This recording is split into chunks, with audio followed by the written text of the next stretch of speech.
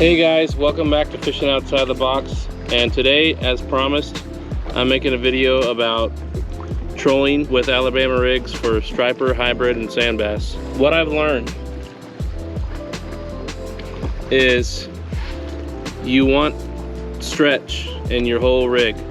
You're trolling, the boat has momentum moving forward, and when that fish bites, you're putting a lot of pressure on that hook. I like to use a copolymer or mono, either entire main line or long leader if you're using braid for stretch in your line, and then a big bendy rod. Also, I set my drag pretty loose, so when those fish bite, they can pull some drag. That's the first key. The second key is trolling at the right depth. In a lot of my waters, they're in about 20 to 30 feet. That's where the thermocline is and where the fish are hanging out. And so I've found that with a 5-wire rig and 5 1/4-ounce jig heads, that gives me about what I need. I'm letting out probably about 100 feet of line. If you want to get more involved, you can get line counters, or you can get a Sharpie and just mark a little spot on your line. I just do it by feel and just judging by the amount of line that's left on the spool.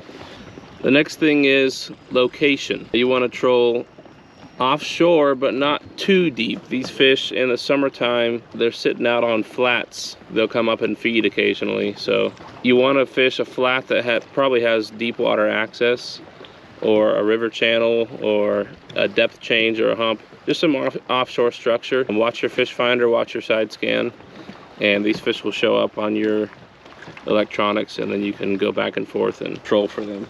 I've had really good luck with the Swimmin' Super Fluke Junior in white pearl. This thing is dynamite.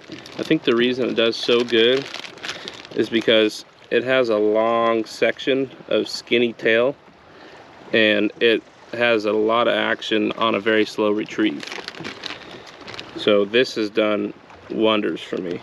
And guys, I'll link all this stuff down in the description below. Make sure you go check it out. And when you buy stuff on there, that helps the channel out a lot, and it helps us be able to make more of these videos. So I will link either some comparable, or if I can find exact stuff, I'll link it down in there so you can catch fish on Alabama rigs too. This is one of my homemade rigs, little 5-wire rig. If you want to go deeper, put 2 1/2-ounce jig heads on the bottom, and that should get deeper, and then incrementally deeper as you add heavier jig heads. But be careful with Alabama rigs and getting too close to the bottom, because you will lose them so quick, and they normally don't come back up once you snag them on something.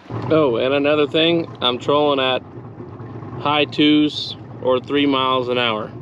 Another very important key, I use these GoldenEye jig heads because they're super cheap, but they have a stout little hook in there, and anything less than that would straighten out. I've straightened out a lot of hooks while I'm trolling. So you got to make sure you have stout hooks and that your whole system has give to it, because you're putting a lot of pressure on those fish. And lastly, to get outside the box of an A-rig, you are not limited to a jig head and a swim bait on these things. Get creative, put a crankbait on one of them, put a leader out the back with a jerk bait or a crankbait, rattle trap. You can hook anything onto these swivels, so get creative and go out and catch you some fish. This is a very effective technique. I don't know if I've ever found a lure that has as much drawing power as an Alabama rig, because it imitates a school of bait fish. And on that note, I fished the other day, my hybrid video that I just posted. I fished the entire day, and every single fish I caught came on the same swim bait on one of my rigs.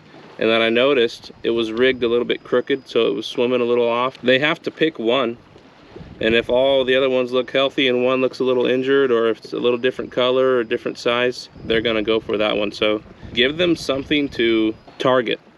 Maybe dip one of the tails in chartreuse, or just make it so one of the lures on there is a little different. And what I've done on this rig is I've rigged one of them a little crooked, so it should work pretty good. Anyway, hope those tips help. Get out this summer and troll some A-rigs around. That's very effective, and catch yourself some fish. So thanks for watching Fishing Outside the Box, and we'll see you next time.